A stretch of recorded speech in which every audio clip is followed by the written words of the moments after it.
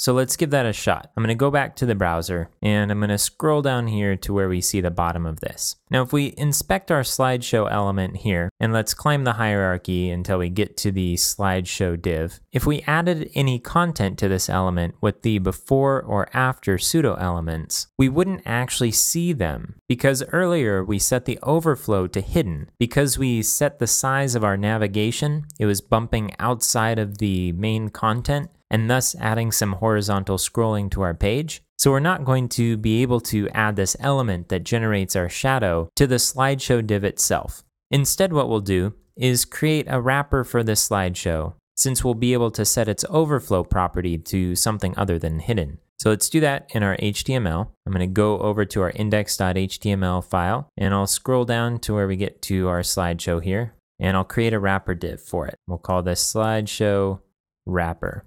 And I'll indent everything and add a closing div. We'll save this.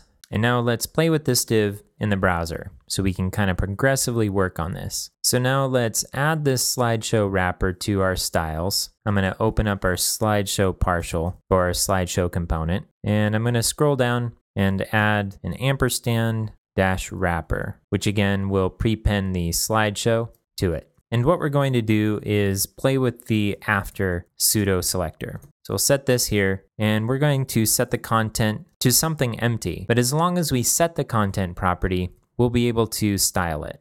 Okay, we'll refresh the browser, and here's our slideshow wrapper. We'll make sure it's selected, and we'll select the after. So we're going to position this according to its container element using position absolute. We'll give it a background color of white, just so we can see it above our other content. And we're going to use a little trick in order to stretch this across the screen with just a bit of spacing to either side. So we're going to set its left offset to 5% and its right offset to 5% as well. And let's set the height to 50%. To be able to see this, let's position it to bottom 0. Okay, now we can see our element. So in order to get this box to display relative to the wrapper, we have to set the wrapper position to be relative. So let's go to slideshow wrapper here, and we'll set the position to relative. Okay, and now our box shows 0 from the bottom here. So at this point, we could actually add a little bit of shadow if we wanted to. Let's use the box shadow property. And first, we're going to set the horizontal and then vertical offsets, which will be 0 and 0, just like with text shadow. And then we'll set the blur.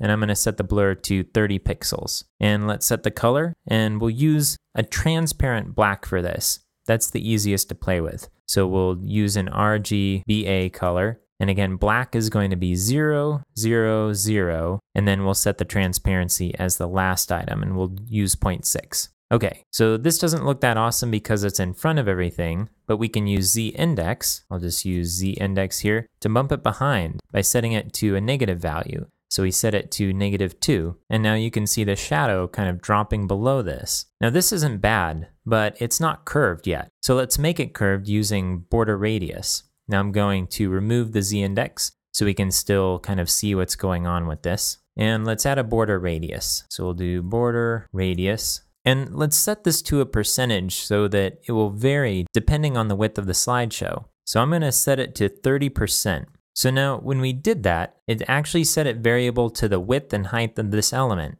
So if we drop the height down, we'd see that curve becoming even more steep. Let's set it to 10%. But then if we set it to 100%, you'd see the curve being more along the lines of what you'd see with a circle. Okay, so we'll leave the height at 50%.